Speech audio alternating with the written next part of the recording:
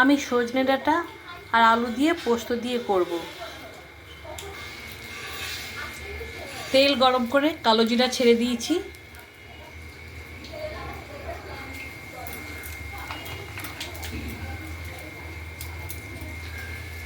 এবার আমি সজনে ডাঁটা আর আলুগুলো একসঙ্গে ছেড়ে দিচ্ছি।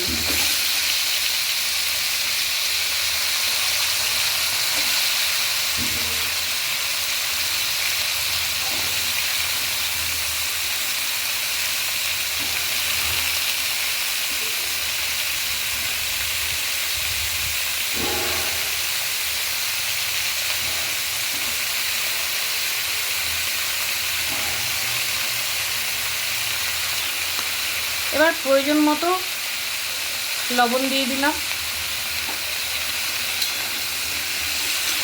এই রান্নাটায় আমি হলুদ দেব না।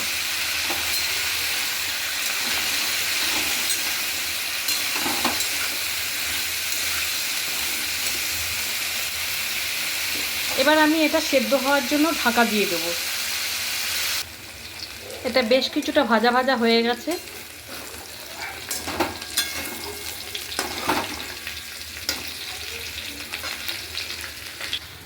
এদিকে আমি পোস্ত, কাঁচা লঙ্কা আর একটু সাদা তিল একসঙ্গে বেটে নিয়েছি।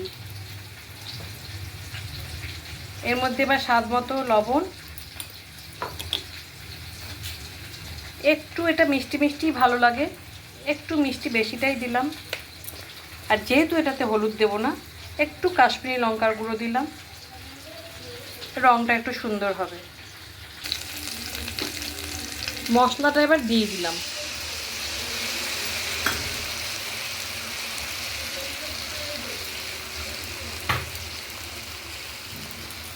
বাটি ধোয়া জলটাও দিয়ে দিলাম।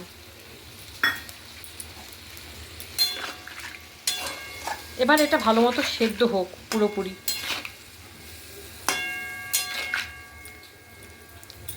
এবার আমি সেদ্ধ না হওয়া পর্যন্ত ঢাকা দিয়ে রাখলাম। এবার ঢাকাটা আমি তুলে দিচ্ছি।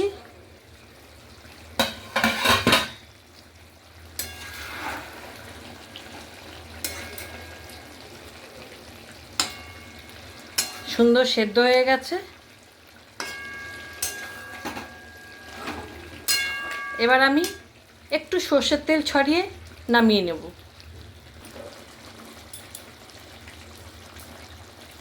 সর্ষের তেল দিয়ে দিলাম। এবার আমি গ্যাসটা অফ করে দেব।